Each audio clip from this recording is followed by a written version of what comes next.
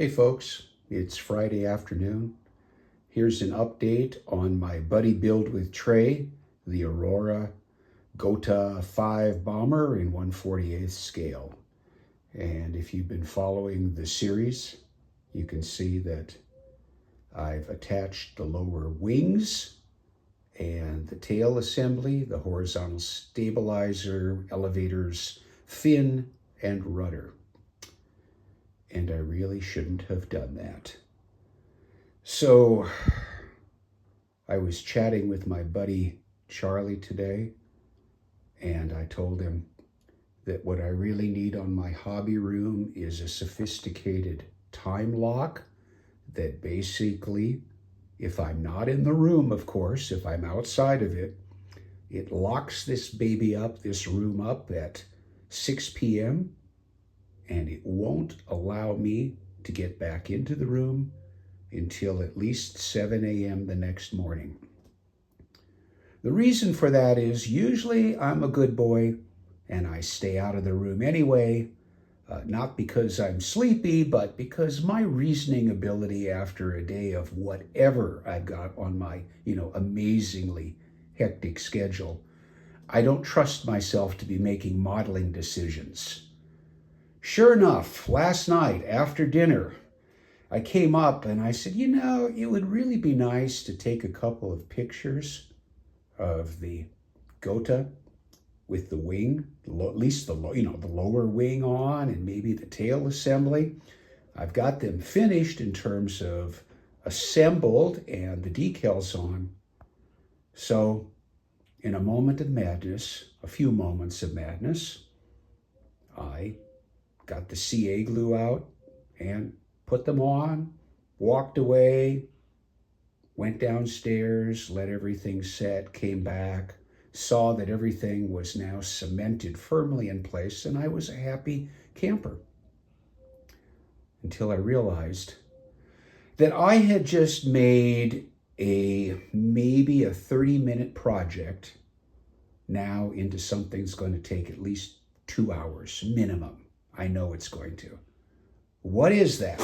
Well, the reason I hadn't put those wings on, less so the tail assembly, actually needed to have the tail assembly on, but the reason I had not put the lower wings on was because the first thing I've got to do in terms of control lines and rigging on the principle of operate from the inside out is put in the elevator and rudder control lines, 4 lines on each side, which come out and are attached to this gizmo, a technical term, that gizmo right there on the outside, basically right below the pilot's cockpit area. And then you attach those 4 lines and they run all the way back on the outside of the fuselage on each side and basically connect to points to basically control the rudder and the elevator.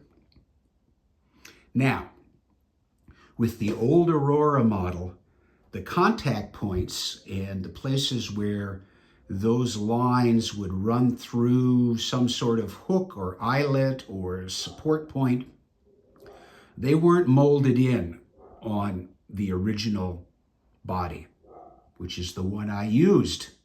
So I knew I was going to have to put something in there, and I decided, you know what, I'm going to put in little eyelets. I'm going to wait until all the decals are done because it would be a nightmare to try and put the decals on around those eyelets. So after all that's done, I'm going to cut down turnbuckles from gas patch so that they're just basically an eyelet and put them in. Maybe a pair each time because there are 4 lines, and you can see up front the lines don't converge, and then they do converge here, and then they separate again. So I was like, okay, 1, 2, 3, 4, 5, 6, 7, 8, maybe just here 9, 10, and then they run back. Okay, I think maybe you can see the issue. If you've just got the completed fuselage, it's a pretty easy piece to deal with. A long, long, narrow, straight piece because I've got to drill those holes in on each side. I've got to drill them through the decal and onto super slick old styrene. Yeah, I've got all the tools, but it's nice to have a nice assured grip on stuff. And now I've just made the whole issue a hell of a lot more complicated. No, I haven't blocked up anywhere, any points where I'm going to have to drill holes. Not at all.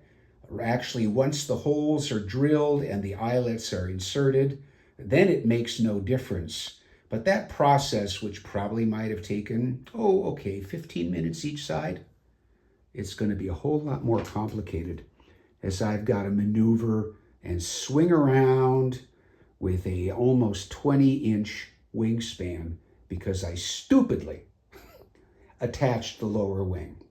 No, detaching the lower wing now would be a awesome disaster. So I gotta live with my boo-boo. I have done this before. I say to myself, when a model is somewhat complex, write down the steps, especially if you're adding stuff to the kit. Write down the order. I knew there was a reason I hadn't attached the lower wing. But in the evening, after dinner, suddenly the idea comes in wouldn't it be nice to take a picture? Well, I've taken plenty of pictures now of this thing. And tomorrow, I'll begin the drilling process.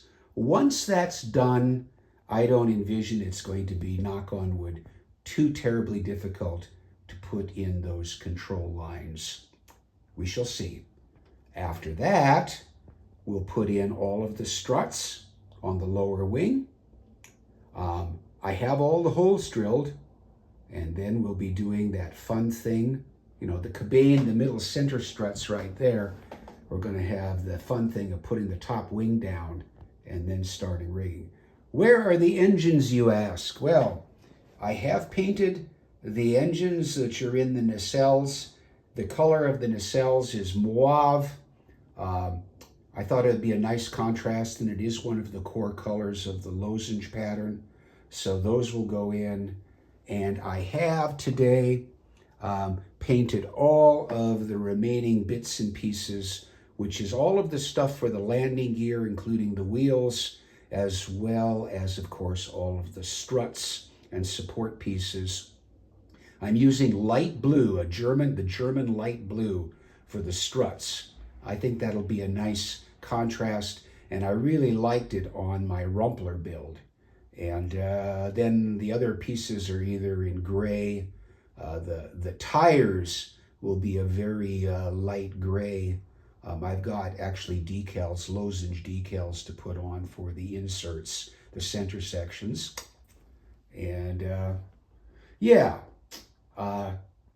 so I thought I was going to have a relatively trouble-free process, no headaches. Of course, other than that moment of truth when you drop a top wing down and hope that everything still stayed lined up, even though you did umpteen measurements.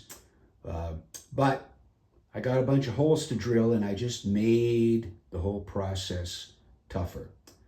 I'm afraid I can't put in a sophisticated lock for the hobby room. I'm just going to have to get a little smarter about everything. Okay, that's the summary for the day.